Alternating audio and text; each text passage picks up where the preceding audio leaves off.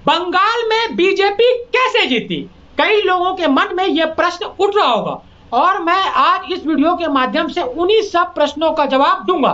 लेकिन मैं इन सबसे पहले बीजेपी को प्रचंड बहुमत प्राप्त करने पर बहुत बहुत बधाई देता हूं।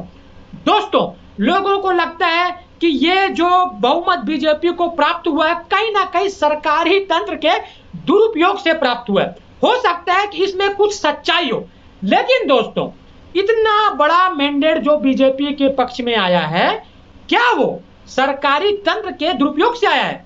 यह कहना 100% सत्य नहीं होगा। दोस्तों, बीजेपी ने बंगाल चुनाव की तैयारी लगभग 2 साल पहले ही चालू कर दी थी।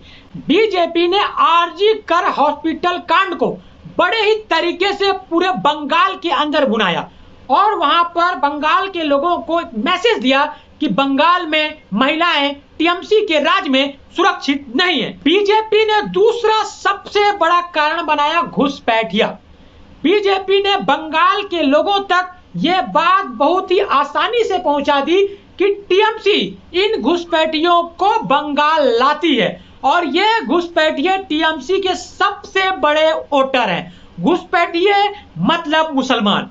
बीजेपी ने हिंदू मुस्लिम के बीच बहुत बड़ी दूरी बंगाल चुनाव के पहले पैदा कर दी थी और यह सबसे बड़ा फैक्टर साबित हुआ इस चुनाव में। तीसरा सबसे बड़ा कारण ममता बनर्जी का अपना अति आत्मविश्वास।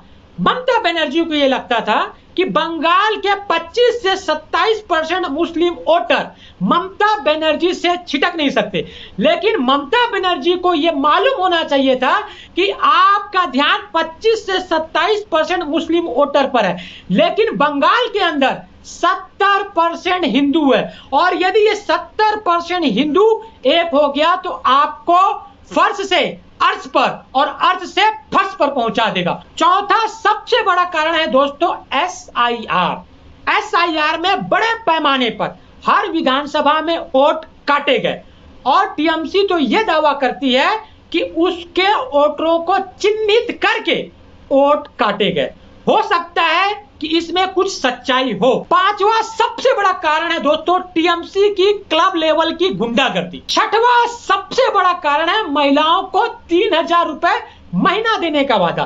इस वादे को लेकर कई लोगों के मन में कंफ्यूजन था।